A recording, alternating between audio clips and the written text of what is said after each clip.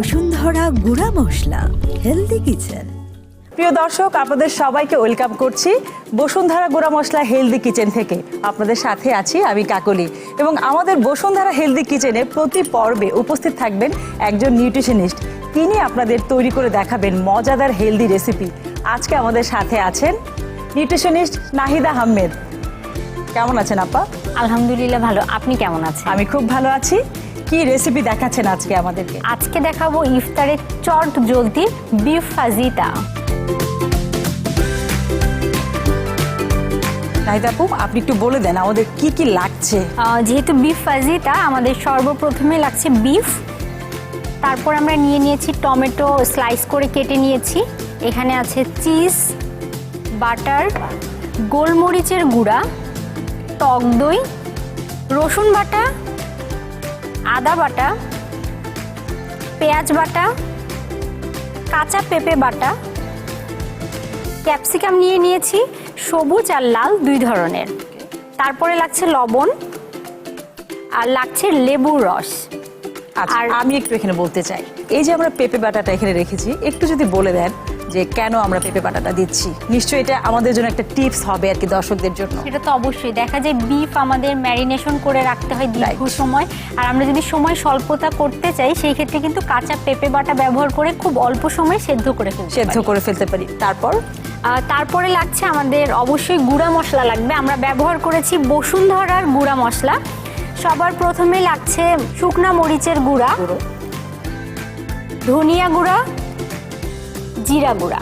আজকে আমাদের এই তিনটা গুঁড়া দিলেই আমাদের রেসিপিটা কমপ্লিট হয়ে যাবে। আপু, আপনি কি একটা জিনিস লক্ষ্য করেছেন, এই যে বসুন্ধরা গুঁড়া মশলার যে এই যে জারটা, এটা কিন্তু মানে দেখেই কিন্তু একটা অন্যরকম একটা ব্যাপার, মানে জাস্ট ওয়াও। এত সুন্দর জার আমার মনে হয় না অন্য কোনো কিছুতে আছে। আরো অনেক কিছু ব্যাপার আছে বসুন্ধরা গুঁড়া মশলার ক্ষেত্রে। আমরা রান্নার ফাঁকে ফাঁকে সেগুলো আমরা নিশ্চয়ই দর্শকদের সঙ্গে শেয়ার করব।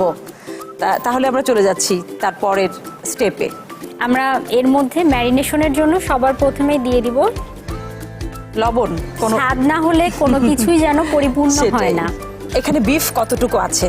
এখানে বিফ নিয়েছি আমরা 500 গ্রাম। 500 গ্রাম দিয়ে দেওয়া হচ্ছে এখানে পেঁপে বাটা 2 টিস্পুনের মতো। তারপরে আমরা দিয়ে দিব টক দই। টক দই কিন্তু প্রোবায়োটিকের খুবই চমৎকার উৎস। রান্না করার ক্ষেত্রেও যেমন এটি স্বাদ সংযুক্ত করে, পাশাপাশি কিন্তু দেখা যাচ্ছে যে আমরা রোজার মাসে বলেই থাকি আমাদের পেশেন্ট যারা আসেন যে আপনি সম্ভব হলে 1 চা চামচ হলেও টক দই খাওয়ার চেষ্টা করবেন। এরপরে দিয়ে দিচ্ছি 1 চা চামচ পেঁয়াজ বাটা দিয়ে দিচ্ছি। এরপরে আদা বাটা দিয়ে দিব 1 চা চামচ। এরপরে আমরা 2 চা চামচ পরিমাণ দিয়ে দিব লেবুর রস। এরপরে কিন্তু আমরা দিব আমাদের বসুন্ধরা মরিচের গুঁড়া। আমার যেহেতু পরিমাণ দেখাতে হবে সেজন্য আমি পুরোটা খুলেই দেখাচ্ছি। এখানে 1 চা চামচ পরিমাণ আমি দিয়ে দিব। তারপরে নিয়ে নিচ্ছি বসুন্ধরা ধনিয়ার গুঁড়া। আচ্ছা, 1 চা চামচ পরিমাণ আমি দিয়ে দিব। এরপর আমরা দিয়ে দিব বসুন্ধরা জিরার গুঁড়া। এটাও ব্যবহার করে দিচ্ছি আমরা 1 চা চামচ পরিমাণ। তো ধনিয়া আর জিরা যখন আমরা রান্নায় ব্যবহার করি সেই ক্ষেত্রে কিন্তু দেখা যায় যে এটি আমাদের রোগ প্রতিরোধ ক্ষমতা বৃদ্ধি করতেও সাহায্য করবে।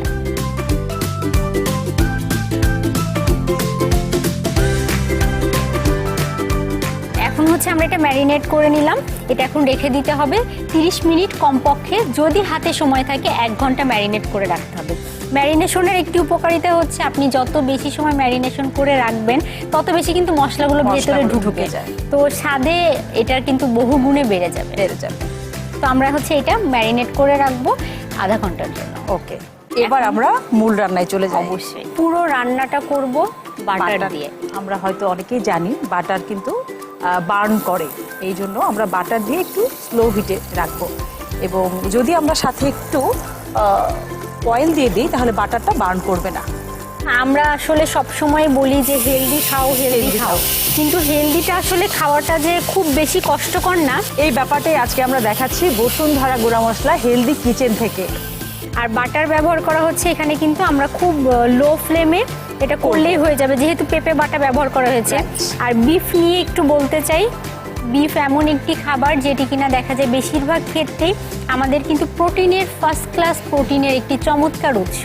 আর বিফ থেকে আমরা বিভিন্ন ধরনের নিউট্রিয়েন্ট পেয়ে যাই, সেই ক্ষেত্রে সব থেকে বেশি পেয়ে যাই কিন্তু আয়রন। কেননা দেখা যায় আয়রনজনিত যাদের ঘাটতি রয়েছে তারা তাদের খাদ্য তালিকায় বিফ রাখতে পারেন। আপু আমাদের কিন্তু দেখা যাচ্ছে যে ভেতর থেকে পানি বের হওয়া শুরু করে দিয়েছে, একটু নেড়ে দিতে হবে, তাই? হ্যাঁ, আর এটা খুব বেশি সময় লাগবে না যেহেতু ছোট টুকরো করে কেটে নেওয়া হয়েছে। আর এখানে কিন্তু ব্যবহার করা হয়েছে পেঁপে বাটা। পেঁপে অ্যান্টিঅক্সিডেন্টের খুব চমৎকার উৎস, আপনার স্কিন ভালো রাখা থেকে শুরু করে আপনার প্রতিরোধ ক্ষমতাও তো বাড়িয়ে দেয় অনেকটাই। পানি বের হওয়া শুরু হয়ে গিয়েছে, আমাদের খুব বেশি সময় কিন্তু এটা সেদ্ধ হতে লাগবে না।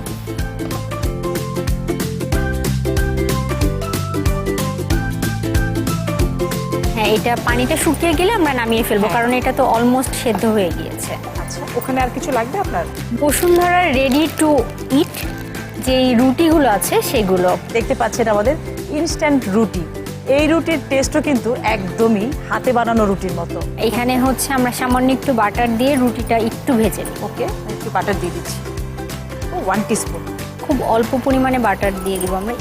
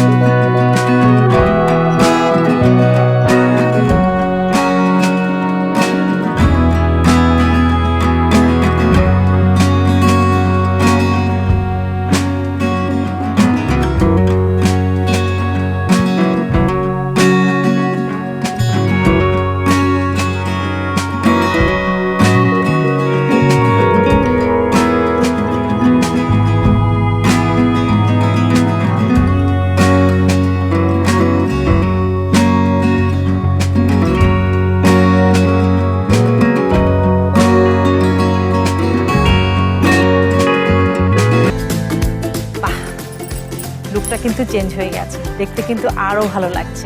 তৈরি হয়ে গেল মজাদার বিফ ফাজিতা। বাহ আপু, আপনাকে অনেক ধন্যবাদ এত অল্প সময়ে এত মজার এবং হেলদি একটি রেসিপি করে দেখানোর জন্য। প্রিয় দর্শক, এই ছিল আমাদের আজকের আয়োজন। আগামী অনুষ্ঠান দেখার আমন্ত্রণ জানিয়ে শেষ করছি আমাদের আজকের আয়োজন। ততক্ষণ পর্যন্ত ভালো থাকুন, সুস্থ থাকুন, বসুন্ধরা গুঁড়া মশলার সাথেই থাকুন। ধন্যবাদ সবাইকে।